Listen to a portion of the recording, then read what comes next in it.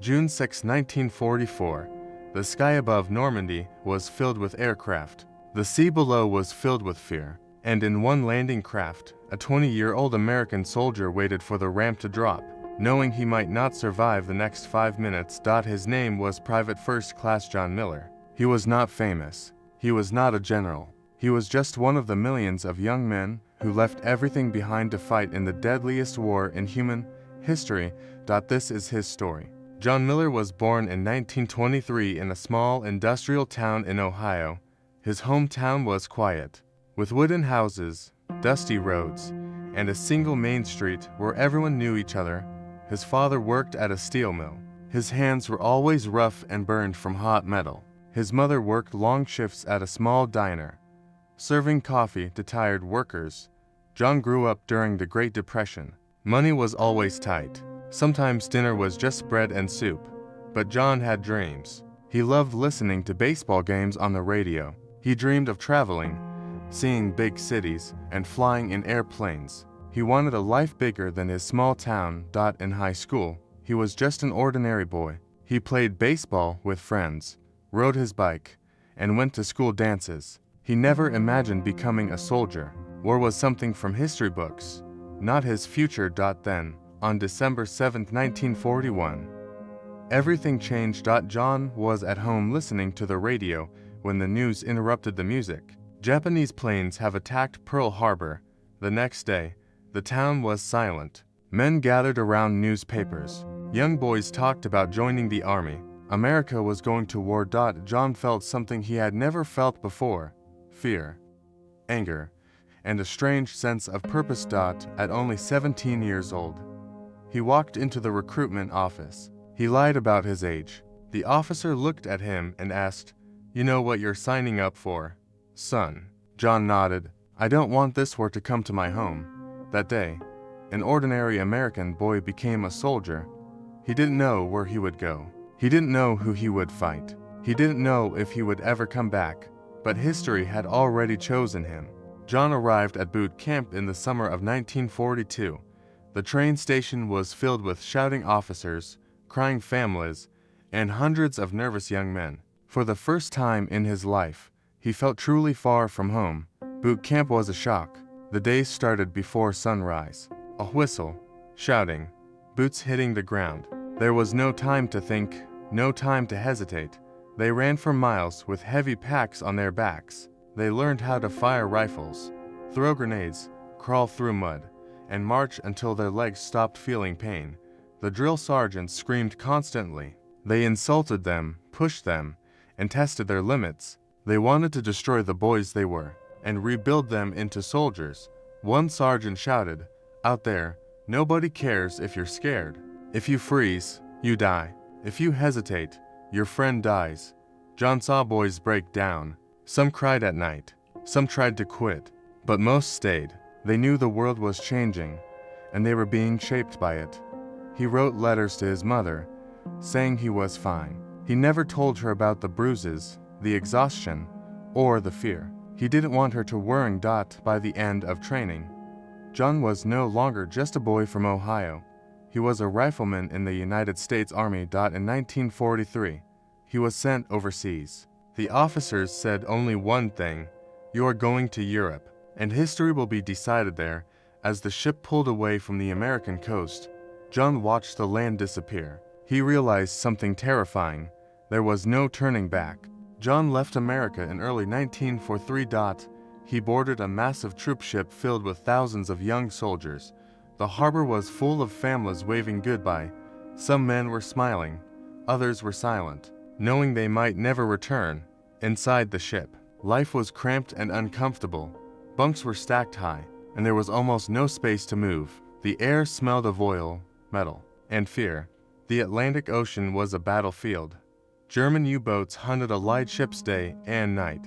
Every soldier knew the stories of transports disappearing in minutes. At night, all the lights were turned off. The ocean was completely dark. The only sound was the deep rumble of the engines and the waves hitting the steel hull. Sometimes they heard distant explosions. No one knew which ship had been hit. No one asked. John stood on deck and watched the endless water. He imagined a torpedo hitting the ship, the deck breaking apart, men falling into the freezing ocean. He wondered which death would be worse, drowning in the Atlantic or dying on the battlefield. He wrote in his journal, "The ocean is beautiful, but it feels like a grave waiting to open." Weeks later, through thick fog, the coast of England appeared. The soldiers cheered, but John felt something different. He knew this was only the beginning. From this moment on, every step would take him closer to the front lines. Europe was ahead of him, and so was the war. June 6, 1944. The soldiers woke up before dawn. The sea was rough, and the sky was dark. No one was talking much. Everyone knew what was coming. John sat inside the landing craft, holding his rifle with shaking hands. The engine was loud. The boat bounced on the waves. He could smell fuel, sea water, and fear. The officer shouted over the noise, "This is it, boys. Omaha Beach. Good luck." As they got closer to the shore, explosions filled the air. German artillery was hitting the water around them. Machine guns were firing from the cliffs. The ramp dropped. Chaos exploded instantly. Bullets ripped through the soldiers. Men fell into the water before they even reached the beach. Some drowned under the weight of their equipment. Others were hit the moment they stepped forward. John jumped into the water.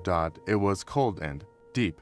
He struggled to keep his rifle above the waves. Bodies and debris were floating around him. He ran toward the beach, bullets hitting the sand around him. He saw his best friend, Tommy, fall beside him. There was no time to stop. There was no time to say goodbye. John dropped to the sand and crawled behind a metal obstacle. His heart was beating so fast he thought it would explode. He could hear men screaming, medics shouting, and bullets tearing through everything. He thought, "I'm already dead. I'm just waiting to find out how." But he kept moving. He ran. He crawled. He survived. By the end of the day, the Americans had secured the beach. Thousands were dead, but the invasion of Europe had begun, and John Miller was still alive. After D-Day, the war did not slow down. It only moved forward. John marched through the fields and villages of France. Some towns welcomed the Americans with cheers, flags, and tears. Others were silent, destroyed by years of occupation and bombing.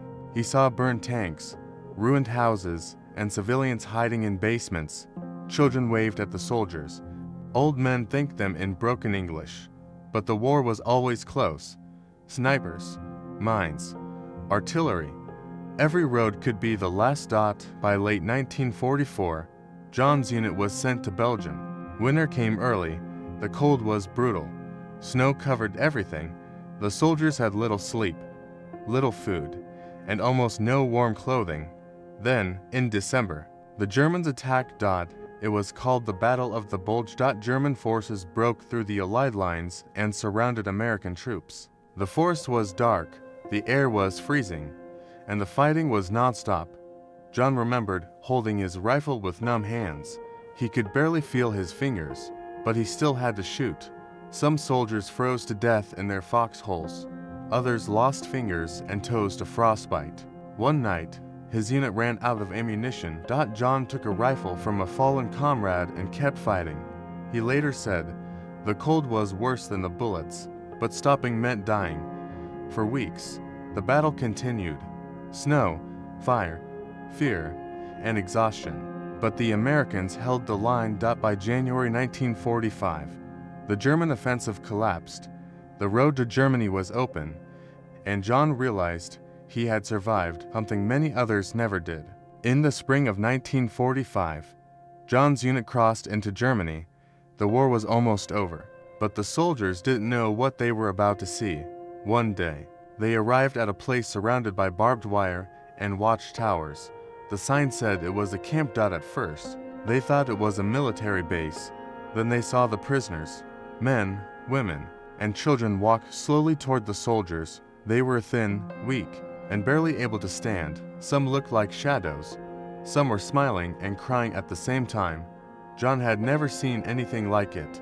The prisoners told them they had been starving, beaten, and forced to work for years. Many had died there. The The soldiers found empty barracks, piles of belongings, and evidence of unimaginable suffering. John felt sick. He felt angry. He felt ashamed that the world had allowed this to happen. He later wrote, "I thought I knew what war was, but that day, I understood why we were fighting." The soldiers gave the prisoners food, water, and blankets. Medics tried to help as many people as possible. Some prisoners hugged the Americans. Others were too weak to speak. That day changed John forever. He realized the war was not just about land or politics. It was about stopping evil, and he knew he would carry those images for the rest of his life. May 1945. Germany had surrendered. The war in Europe was finally over. John Miller was 22 years old. He had been a boy from Ohio, a soldier in France, Belgium, and Germany. He had seen death, destruction, and the darkest side of humanity. And now, he was alive. Returning home was not simple. The journey by train and ship was quiet. Many soldiers were lost in their thoughts. Some wrote letters. Some stared silently out the windows, replaying memories they could never forget. When John arrived in his hometown, the streets were full of cheering crowds. Families waved flags. Children ran beside the train. But John didn't feel like a hero. He felt tired. He felt empty. He felt haunted. He reunited with his family. He hugged his mother, held his father's hand, and tried to smile.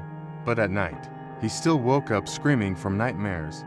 The screams of friends who died, the roar of artillery, the cries from Omaha Beach, they stayed with him. John worked in a factory, married, and had children. He never wanted to talk about the war. It was too raw, too painful. Yet he carried it inside him, quietly, like a shadow. He knew he had survived for a reason, and he knew that his generation had changed the world.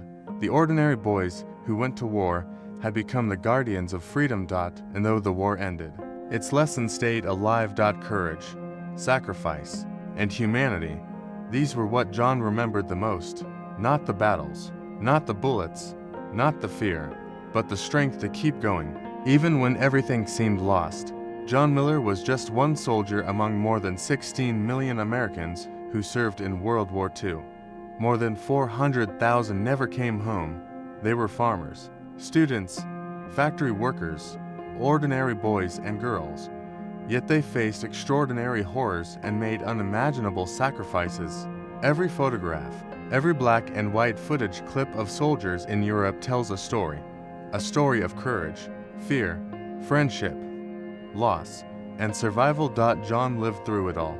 He survived D-Day, the frozen forests of the Battle of the Bulge, and the horrors of the concentration camps.